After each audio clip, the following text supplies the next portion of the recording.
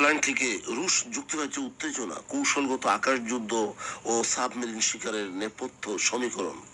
গত 2 জুলাই নরওয়েজিয়ান সাগরে operation fire crest চলাকালীন যুক্তরাজ্যের রয়্যাল নেভির বিমানবাহী রণতরী HMS প্রিন্স অফ ওয়েলসকে কেন্দ্র করে ঘটে যাওয়া ঘটনাটি কেবল একটি সাধারণ আকাশসীমা লঙ্ঘনের চেষ্টা নয়, বরং উত্তর আটলান্টিক এবং আর্কটিক অঞ্চলের ক্রমবর্ধমান ভূ রাজনৈতিক উত্তেজনার একটি বড় প্রতিফলন।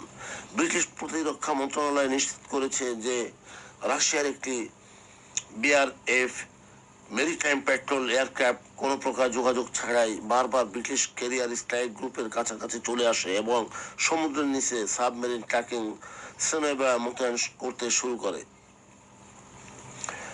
BRF এর মিশন সাবমেরিন শিকারের খেলা। রাশিয়া Tu-142 বা BRF কোনো সাধারণ যুদ্ধ বিমান নয়, এটি মূলত সমুদ্র সীমানায় দূরপাল্লার নজরদারি এবং অ্যান্টি সাবমেরিন ওয়ারফেয়ারের জন্য বিশেষভাবে প্রস্তুতকৃত সেনোবয়া মোতায়েন। বিমানটি থেকে সাগরে সোনার ট্র্যাকার বা সেনোবয়া ফেলার অর্থ হলো রাশিয়া এই অঞ্চলে ব্রিটিশ বা ন্যাটো জোটের কোনো পারমাণবিক সাবমেরিনের উপস্থিতি নিশ্চিত করতে চাচ্ছিল। বিমানবাহী রণতরী সুরক্ষায় সাধারণত নিচের ডুবোজাহাজ পাহারায় থাকে। রাশিয়া সেই প্রতিরক্ষা বুঝ পরীক্ষা করতেই এই অভিযান চালায়। যোগাযোগহীনতা। ব্রিটিশ বাহিনীর পক্ষ থেকে রেডিওতে যোগাযোগের চেষ্টা করা হলেও রুশ বিমানটি কোনো সাড়া দেয়নি।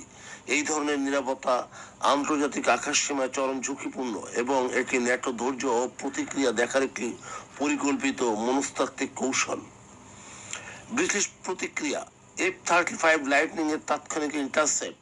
যুক্তরাজ্যের জন্য এই ঘটনাটি ছিল তাদের বিমানবাহী রণতরীর প্রতিরক্ষা ব্যবস্থার একটি বড় এবং বাস্তব পরীক্ষা।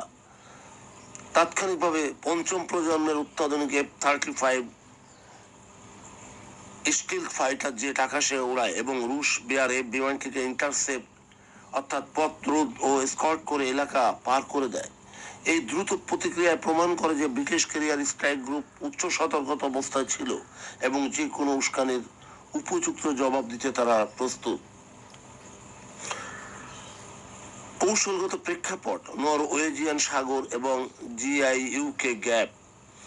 নরওয়েজিয়ান সাগর এবং উভয় উত্তর আটলান্টিক অঞ্চলটি বৈশ্বিক নৌ রাজনীতির অত্যন্ত সংবেদনশীল।